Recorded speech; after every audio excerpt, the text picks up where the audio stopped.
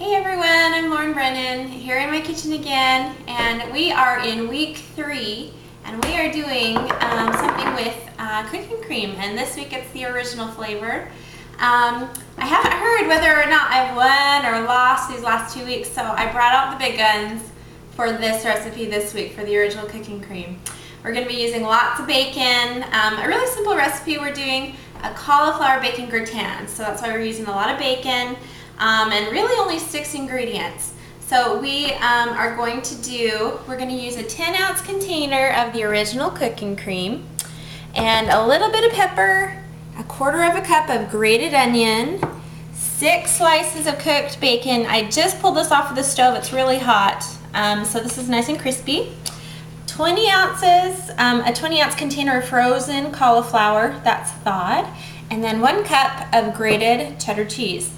Now, usually gratins are finicky sometimes. You have to make a roux and then you have to thicken it with milk and flour and things like that. This takes no time at all, and you don't have to worry about lumps or anything, and you know it's going to be good. So I have browned and gotten crispy the 6 slices of bacon, and to this is a hot pan. I'm going to add in the onion and just going to mix this in. And you can kind of hear it sizzle a little bit. So we're going to mix that in. And this is actually the base of the sauce that we're making for this recipe. I guess this would be considered the roux of if we were making a traditional one. But we're not. We're taking a shortcut because we can with cooking cream. So we just empty everything out practically into our hot pan, and I'm actually going to add the pepper in too. I like a lot of pepper. I'm using about a teaspoon, but you can add how much you like. And you'll notice I didn't even drain the bacon because I can. I personally adore bacon, and so anything to help me keep a really creamy texture and keep this kind of loose. I don't want it to get too thick. And so that's why I left it in. Of course, you could leave it out, but I left it in. So once this is pretty much cooked, I'm actually going to make this a little easier on myself. Instead of pouring this on top of the cauliflower, whoops, I'm just going to toss my cauliflower in. So we'll toss this just a coat. And I didn't add salt because bacon's pretty salty, and we're going to top this off with some cheese as well. And cheese and bacon together make something, I mean, you can taste it and see if you'd want more salt, but for the most part, for my taste buds, I don't need any more salt than that. I added the pepper though to get a little nice zing. I really like pepper. And of course you don't need really anything else to season this because the cooking cream is delicious on its own. So we're going to scoop this back into our baking dish, and we're going to bake this until it's nice and hot and bubbly and golden.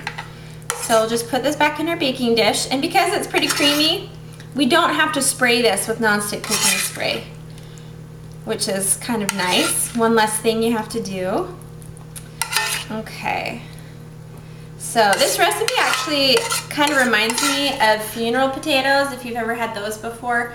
It's just a combination of sour cream and potatoes and lots of butter and bacon, and this is kind of similar but lower in carbs. So once we have this all in, let's make sure we get every last little bit there. We're going to top it off with some cheese. Just like that. And because everything's pretty much cooked and the cauliflower is all defrosted, you just have to heat it up until it's nice and warm and hot, thoroughly through, completely cooked all the way. And then the cheese is melted. And I'm going to pop this into the oven, but I have another one already done so you can see what it looks like. So this is this hot? Okay, that's kind of cool. Cool down a little bit. Okay, this is what it looks like when it comes fresh out of the oven. Looks so good with the oozing cheese, and you can kind of hear it bubbling away. And this makes a great side dish or a main course. It's probably a good enough portion size for probably 4 side dishes or 2 big entrees.